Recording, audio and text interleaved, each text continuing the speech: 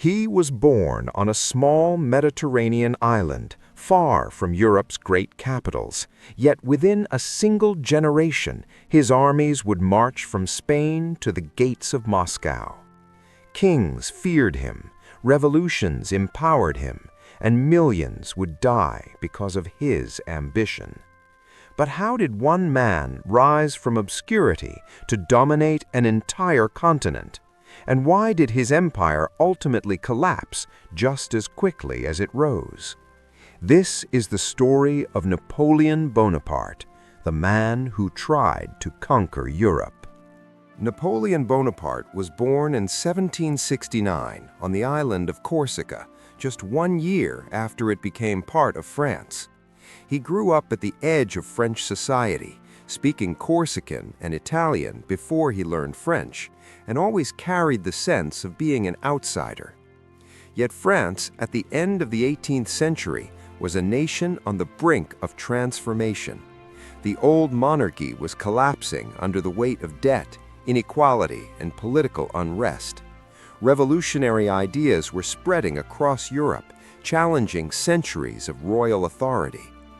In 1789, the French Revolution exploded, overturning the monarchy and plunging the country into chaos. Noble privileges were abolished, the king was executed, and France declared itself a republic surrounded by hostile monarchies. Austria, Prussia, Britain, and others feared that revolution would spread beyond France's borders.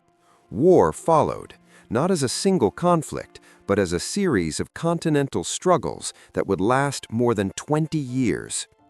This moment mattered because it created opportunities that had never existed before.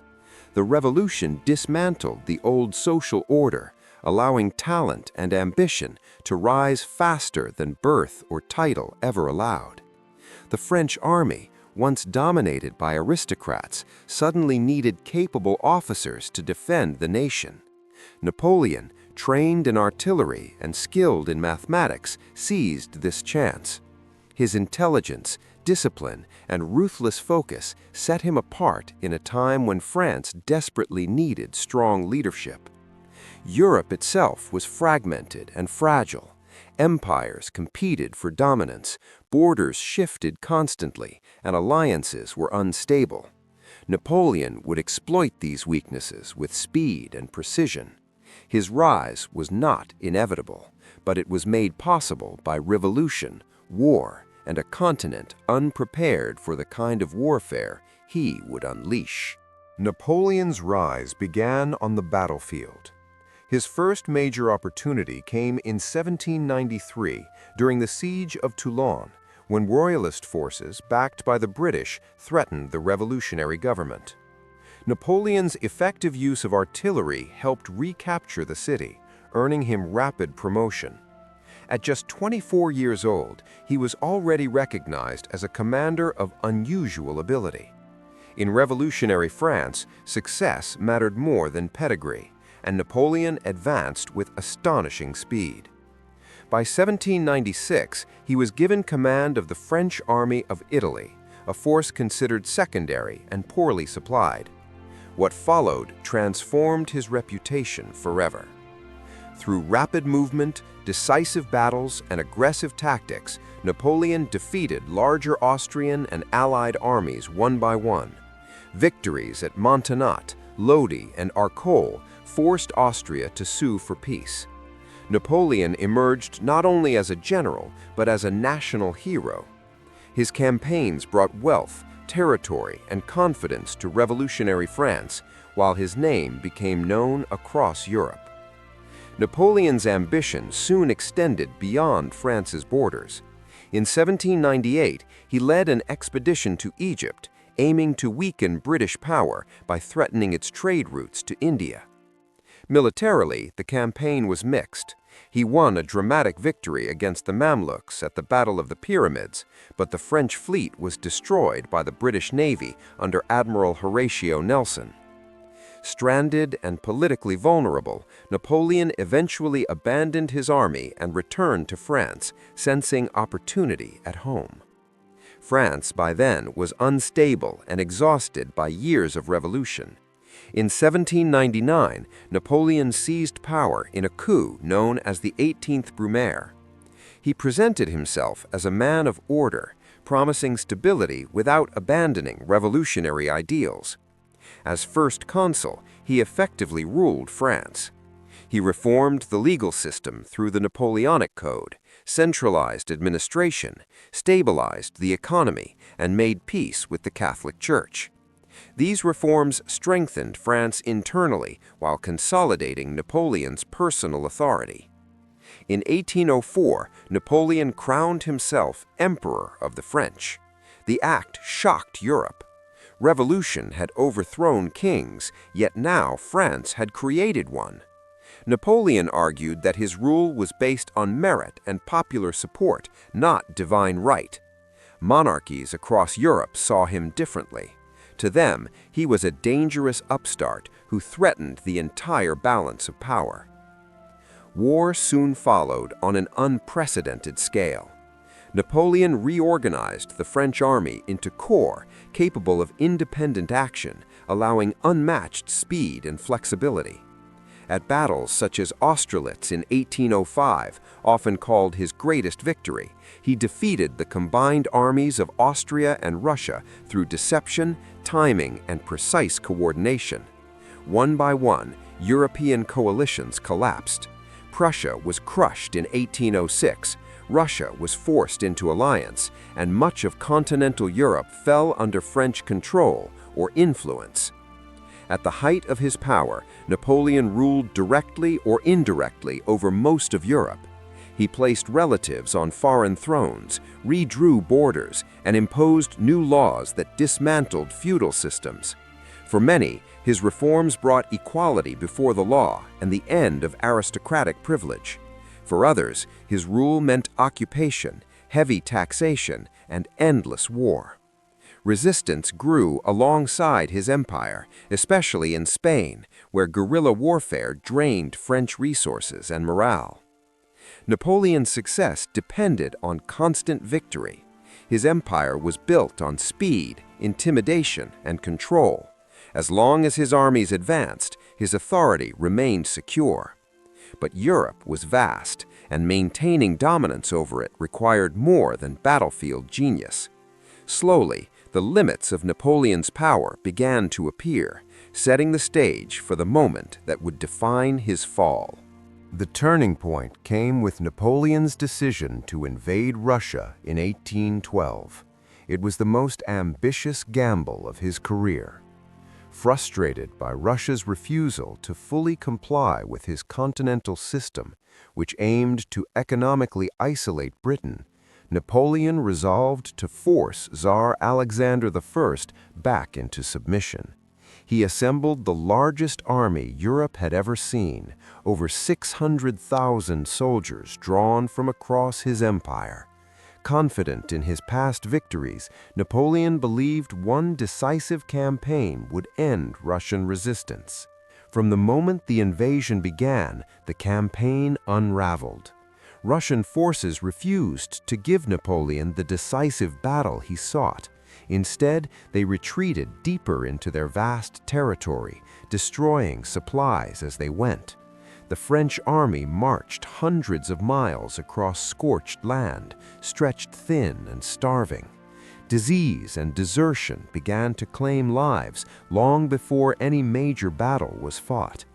In September, near the village of Borodino, Napoleon finally faced the Russian army. The battle was one of the bloodiest of the entire Napoleonic Wars. Tens of thousands were killed or wounded in a single day. Napoleon technically held the field at the end, but the Russian army was not destroyed. Worse still, Napoleon hesitated at a crucial moment, choosing not to commit his elite imperial guard. The opportunity for a decisive victory slipped away. Napoleon entered Moscow expecting surrender. Instead, he found a city largely abandoned. Within days, fires broke out across Moscow, destroying much of it. With winter approaching and no peace offer from the Tsar, Napoleon waited, hoping Russia would negotiate. It never did. As temperatures fell and supplies ran out, Napoleon ordered a retreat. What followed became legendary. The retreat from Moscow was a catastrophe. Russian forces harassed the retreating army, while freezing temperatures, hunger, and exhaustion killed tens of thousands. Horses collapsed, wagons were abandoned, and discipline disintegrated. By the time the remnants of the Grand Army crossed back into Europe, fewer than 100,000 remained. Napoleon's aura of invincibility was shattered. Sensing weakness, Europe rose against him. Former allies turned into enemies. In 1813, a new coalition defeated Napoleon at the Battle of Leipzig, known as the Battle of Nations. It was the largest battle Europe had seen up to that point, and it ended in disaster for France. The following year, Allied armies marched into Paris. Napoleon was forced to abdicate the throne and was exiled to the island of Elba. Though he would return briefly for a final gamble at Waterloo, the moment his empire truly collapsed began in the frozen plains of Russia. The invasion marked the point where ambition finally exceeded reality, and the man who had conquered Europe discovered that even his genius had limits. Napoleon's story did not end with exile. In 1815, he escaped from Elba and returned to France, greeted by soldiers who once again pledged loyalty. For 100 days, he reclaimed power and attempted to rebuild his empire. Europe responded immediately. At the Battle of Waterloo, Napoleon faced a combined British and Prussian force. This time, there would be no escape. Defeated decisively, he surrendered and was sent far away to the remote island of St. Helena in the South Atlantic. There, under constant guard, Napoleon spent the final years of his life reflecting on his rise and fall.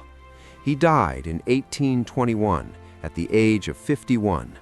The man who had once ruled most of Europe ended his days thousands of miles from France, isolated and powerless. Yet, even in defeat, his influence endured. Napoleon reshaped Europe in ways that outlived him. His legal reforms, especially the Napoleonic Code, spread ideas of equality before the law, property rights, and secular governance across the continent and beyond. He dismantled feudal systems, weakened the power of old aristocracies, and promoted merit over birth, transforming how modern states functioned. At the same time, his wars caused immense suffering, claiming millions of lives and leaving entire regions devastated. Historians still debate whether Napoleon was a tyrant driven by endless ambition or a revolutionary leader who carried the ideals of the French Revolution across Europe. The truth lies somewhere in between. He was a product of his time, shaped by chaos, opportunity, and extraordinary talent. His genius on the battlefield was matched by a belief that his destiny had no limits. Napoleon Bonaparte remains one of history's most complex figures. He rose from obscurity to emperor, redrew the map of Europe, and fell because he believed he could bend the world to his will. His life stands as both a testament to human ambition and a warning of its dangers. Even today, the echoes of his choices can be found in modern laws, borders, and ideas about leadership and power. If you had lived in Napoleon's time, would you have seen him as a hero of progress or a conqueror who brought endless war? Share your thoughts in the comments below. If you enjoyed this deep dive into history, remember to like the video and subscribe to the channel for more cinematic, fact-based documentaries exploring the figures and events that shaped our world.